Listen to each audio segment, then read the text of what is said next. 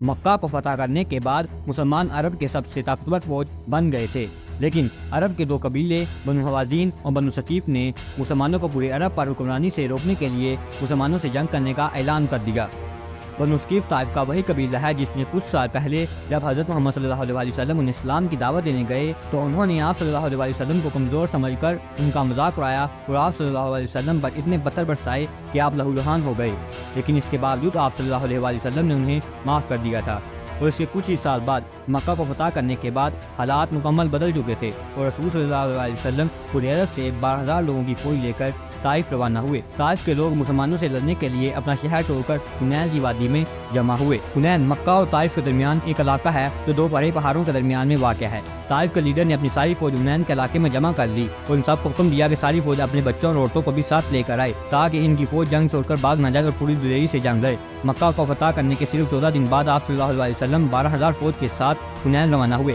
بدر اور احد کی طرح یہ فوج صرف مضبوط ایمان والے صحابہ پر مشتمل نہیں تھی، بلکہ اس میں بہت سارے نئے صحابہ بھی تھے جو اس جنگ سے کچھ عرصہ پہلے مسلمان ہوئے تھے۔ انہیں مسلمانوں کی جدوجہد کے بارے میں پتہ نہیں تھا اور نئے مسلمانوں نے کہا کہ ہماری تعداد تو بہت زیادہ ہے، ہم آسانی سے یہ جنگ جیت لیں گے۔ اس پر آپ صلی اللہ علیہ وسلم کو بہت غصہ آیا کہ یہ نئے مسلمان اللہ سے زیادہ اپنی تعداد پر یقین کرنے لگے تھے۔ مسلمان اندھیرے میں صبح ہونے سے کچھ دیر پہلے وادی حنین پہنچے۔ جیسے یہ مسلمان آگے بڑھے تو اچانک سے پہاڑوں سے تیر اور پتھر برسنے لگے۔ اس کے نتیجے میں کچھ ہی دیر میں بہت سے صحابہ شہید ہو گئے۔ ان سب سے بچنے کے لیے مسلمان مکہ کی طرف بھاگنے لگے۔ یہ دیکھ کر دشمن کی فوج نے اکٹھے مسلمانوں پر حملہ کر دیا۔ ایسا لگ رہا تھا کہ مسلمان واضح طور پر یہ جنگ ہار چکے ہیں۔ طائف کے لوگ بہت جوش اور خوشی کے ساتھ بڑی تیزی سے آگے بڑھنے لگے کیونکہ انہوں نے دیکھا کہ ساری فوج بھاگ رہی ہے، لیکن رسول اللہ صلی اللہ علیہ وسلم اپنے ساتھیوں کے ساتھ ایک قدم بھی پیچھے نہیں ہٹے تھے۔ یہ دیکھ کر وہ سارے آپ صلی اللہ علیہ وسلم کی طرف بڑھے۔ آپ صلی اللہ علیہ وسلم پیچھے ہٹنے کی بجائے اکیلے دشمن کی طرف بڑھنے لگے اور زور زور سے کہنے لگے، میں ہوں محمد عبداللہ کا بیٹا اور اللہ کا رسول۔